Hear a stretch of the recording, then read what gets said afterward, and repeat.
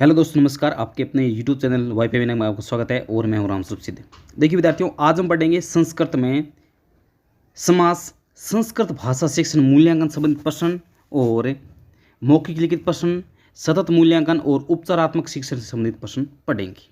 तो कुल 30 प्रश्न हैं और 30 में से आपके कितने सही होते हैं कमेंट बॉक्स में ज़रूर बताइए। अब हमारा टॉपिक समास है मुख्यतः, उसके साथ साथ में शिक्षण विधियाँ भी ले रखी है।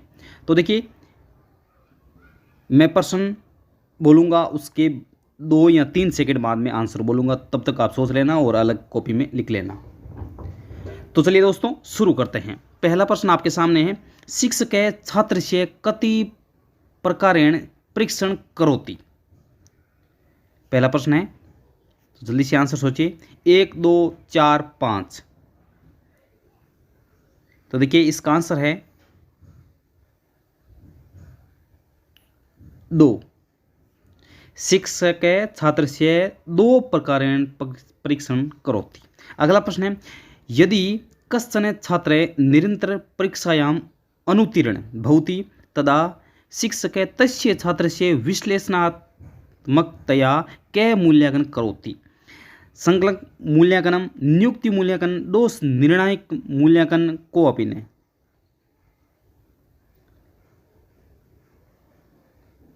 तो देखिए इसका आंसर होगा वो है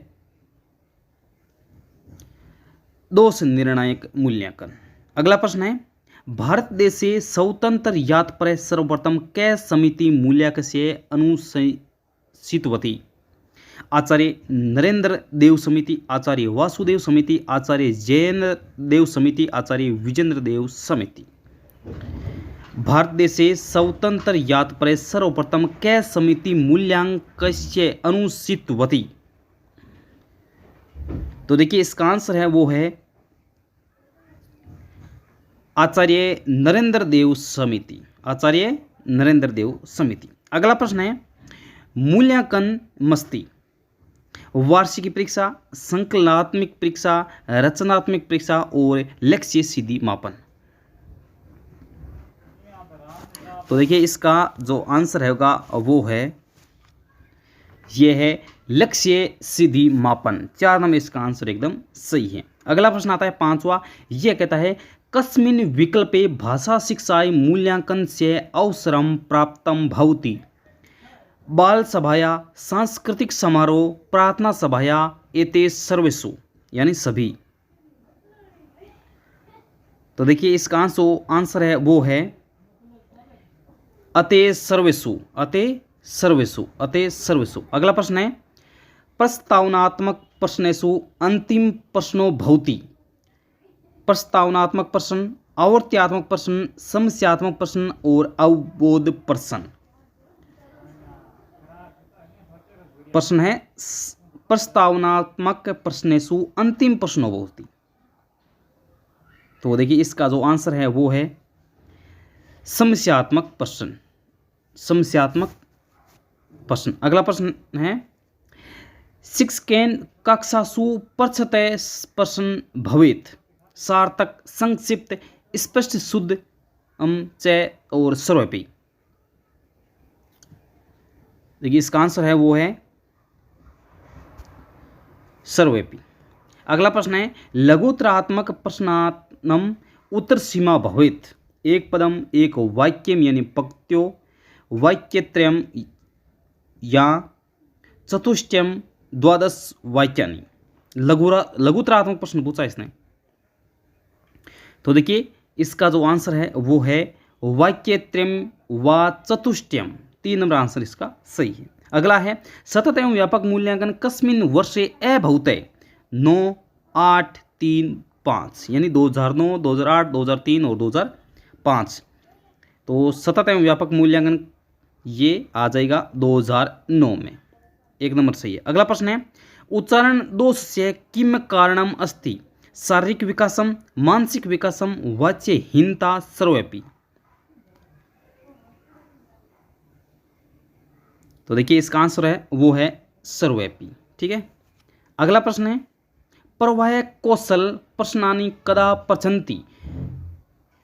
पाठ्यस्य आरंभे, पाठ्यस्य मध्ये, पाठ्यस्य अन्ते, कदापि न।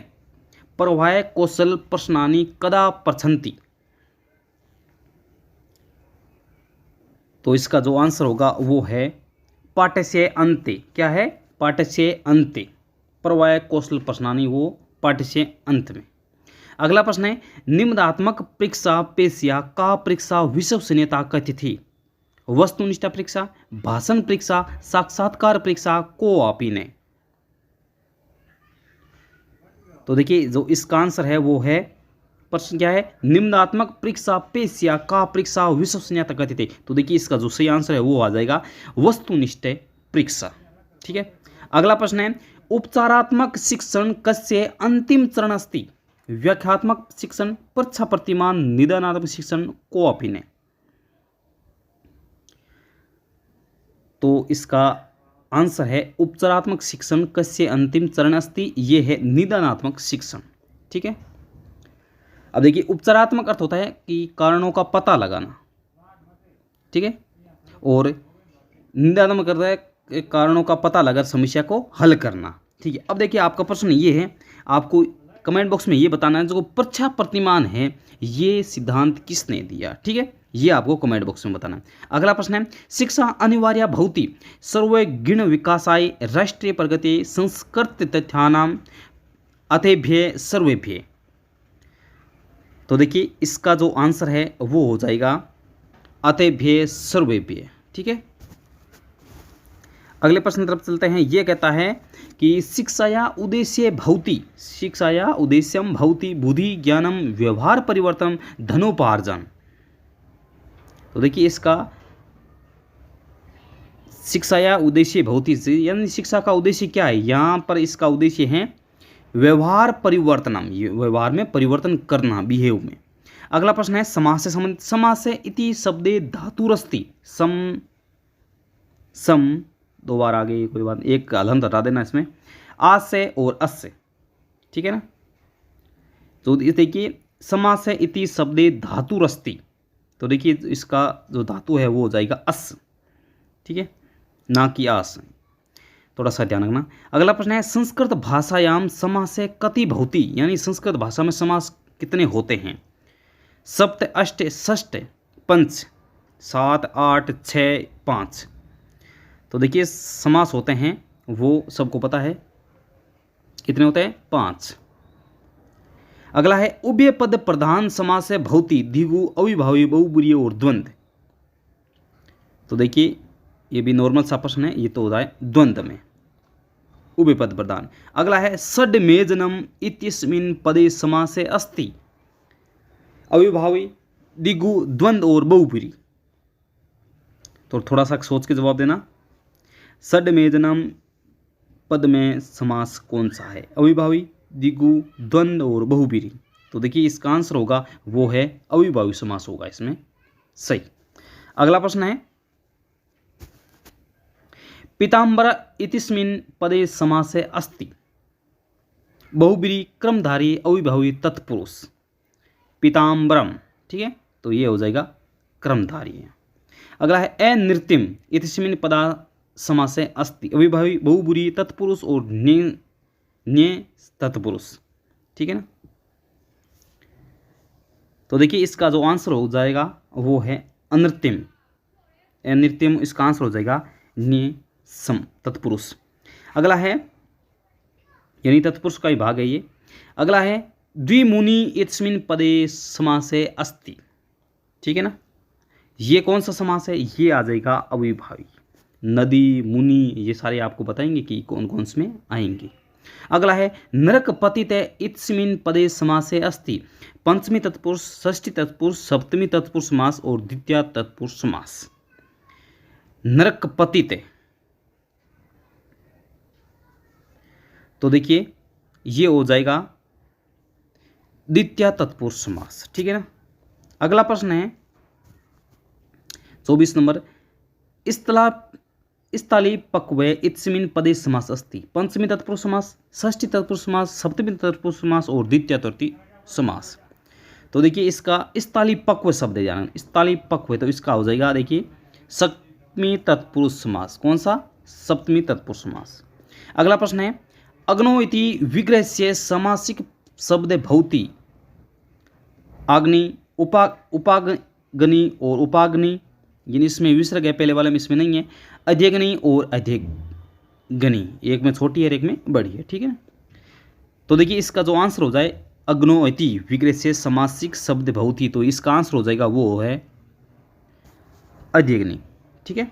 अगला प्रश्न है 24 नंबर, वनवास्य इति समोस्ति सप्तमी तत्पुरुष द्वितीया सृष्टि षष्ठी, तो यहाँ पर दो आगे षष्ठी, यहाँ एक तृतीय तत्पुरुष ले लो, ठीक है।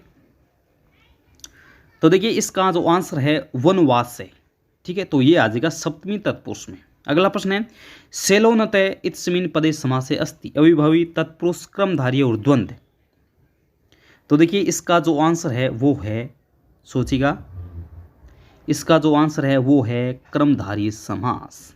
अगला है नवरात्रम इत्स्मिन् पदे समासे अस्ति द्वंद्व दिगु तत्पुरुष अविभावी, तो थोड़ा सा सोच के बताइए। इसका जो आंसर है वो है कौन सा, द्विगु समास, नवरात्रम। अगला प्रश्न है पित्रो इस्मिन् पदे समासे अस्ति पित्रो द्विगु तत्पुरुष द्वंद्व और बहुब्री, तो पितरों में समास कौन सा है, ये है तत्पुरुष समास, ठीक है। पंचानन इस्मिन् पदे समासे अस्ति द्विगु द्वंद्व तत्पुरुष और बहुब्री, तो देखिए पंचानन कौन समास है, सीधा बताना आपको, ये है बहुब्री समास। तो देखिए दोस्तों ये थी 30 प्रश्न। अब 30 में से आपके कितने सही होते हैं आप कमेंट बॉक्स में ज़रूर बताइएगा। देखिए किसी की नकल नहीं की हुई, सीधे हैंड टू हैंड लिखे हुए हैं, किसी कोचिंग वगैरह छापे हुए नहीं हैं। तो थोड़ा सा अगर पेन से लिखे हैं तो कुछ सोच कर लिखे हैं, अच्छे अच्छे प्रश्न लिखे हैं, थोड़ा सा अंदरूनी यानी पुस्तक के अंदर जाके लिखे हैं, तो थोड़ा सा ध्यान से देखिएगा, एकदम सटीक क्वेश्चन है। तो ये थे 30 प्रश्न समास और शिक्षण विधियों से संबंधित। ऐसे ही अगले टॉपिक लेके आएंगे और धीरे धीरे सबका संस्कृत का सारा टेस्ट के माध्यम से करा देंगे, उसके बाद में धीरे धीरे बराबर क्लासेस लेते रहेंगे और आपका सिलेबस पूरा करा देंगे। तो चलिए दोस्तों मिलते हैं फिर अगले वीडियो में, तब तक के लिए नमस्कार, जय हिंद, धन्यवाद, जय जवान जय किसान।